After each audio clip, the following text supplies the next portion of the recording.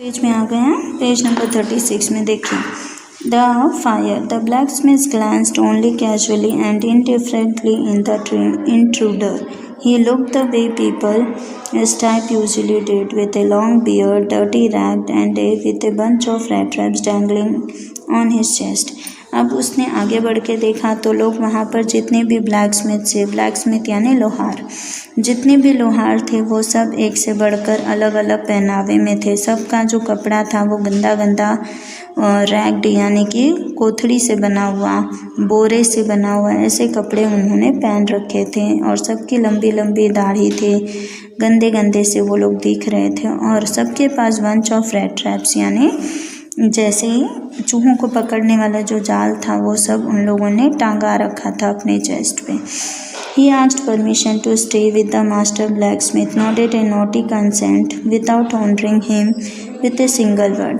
अब उसने जाकर उन लोगों से परमिशन ली कि क्या वो भी उनके साथ में वहाँ रुक सकता है, बट उनका जो ओनर था यानी जिसकी जगह थी जो वहाँ पे ये सब करवा रहा था उसने उससे कुछ भी नहीं कहा, एक शब्द भी नहीं कहा। The tramp did not say anything either. He had come there to talk, but only to warm himself and sleep.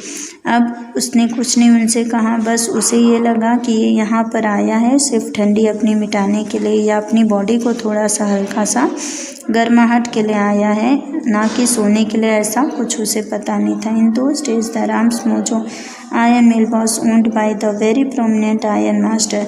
अब उन दिनों राम्स मोजो आयरन मिल जो थी उसको चलाने वाले जो आयरन मास्टर थे, लोहार थे, वो बहुत ही पक्के थे, प्रोमिनेंट थे। Whose greatest ambition was to ship out good iron to the market. उनका लक्ष्य क्या था कि अच्छी तरह से लोहा बन के मार्केट में बेचे। He watched both night and day to see that the work was done as well as possible, and at this very moment he came into the forge on one of these nighty rounds in inspection.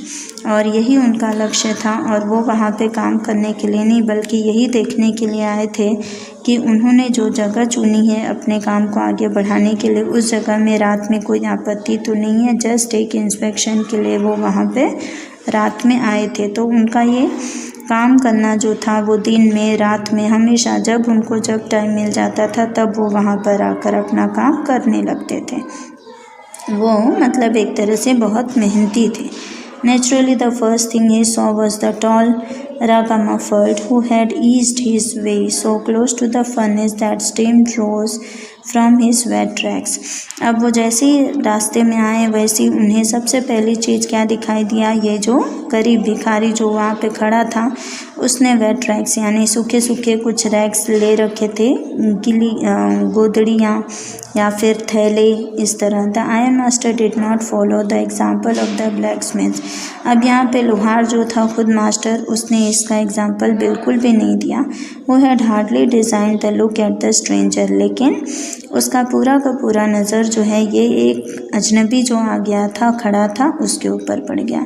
He walked close up to him, looked him over very carefully, then tore off his slouch hat to get a better view of his face. अब इसने क्या किया, बिल्कुल नज़दीक उसके आ जाने के बाद में उसे बड़े ध्यान से घूर घूर के देखने लगा।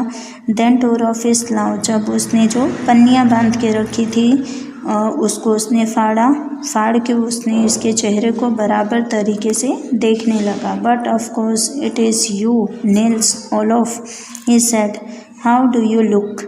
अब उसके बाद जब इसके चेहरे पर से उसने वो नकाब यानी कि पन्नी का जो उसने कवर करके रखा था उसको जब फाड़ के देखा तो वो बोला, ओ नील्स ओलोफ, यानी कि उसने गुस्से में उसे कहा कि हाउ यू डू लुक, अब ये तुम कैसे दिखने लगे। The man with the red traps never before seen the iron master red Ram's mojo and did not even know what his name was. अब ये जो इंसान था, ये चूहे का जो जाल लेके चलता था, इसने इसको कभी भी पहले नहीं देखा था। फिर वो सोच में पड़ गया कि मैं तो इसे कभी देखा ही नहीं हूँ, कभी जानता ही नहीं हूँ। जब मैं राम्स मोजो में काम करता था तो ये कौन है। But it awkward to him that if the fine gentleman thought he was an old acquaintance he might perhaps throw him a couple of kroner.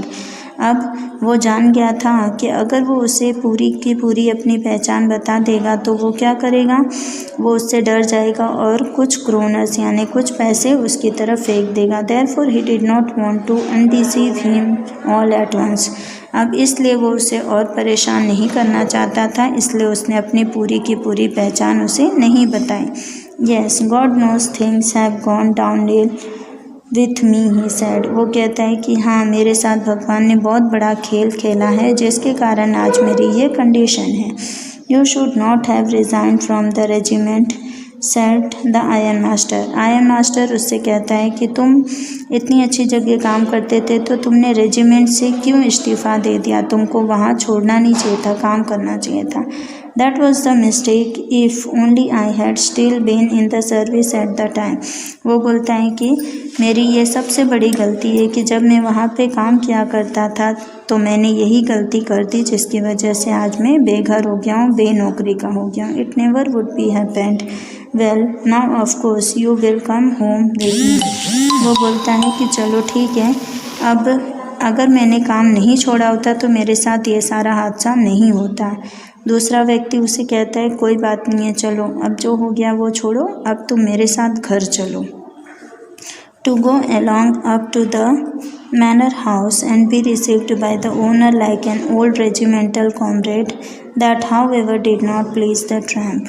अब उसके साथ वो जाने लग गया और वो उसके साथ ऐसा ट्रीट कर रहा था जैसे वो पहले किसी रेजिमेंट में कॉमरेड यानी कि एक सरकारी तौर तरीके से ऑफिसर के लेवल पे काम किया करता था, इसलिए उसने did not please the tramp. अब वो अपने जो ट्रैम्प था, लोगों का झुंड था, उसको वो प्लीज़ करने चला था, यानी कि उसे ऐसा लगा कि उसको सम्मान मिल जाएगा वापस।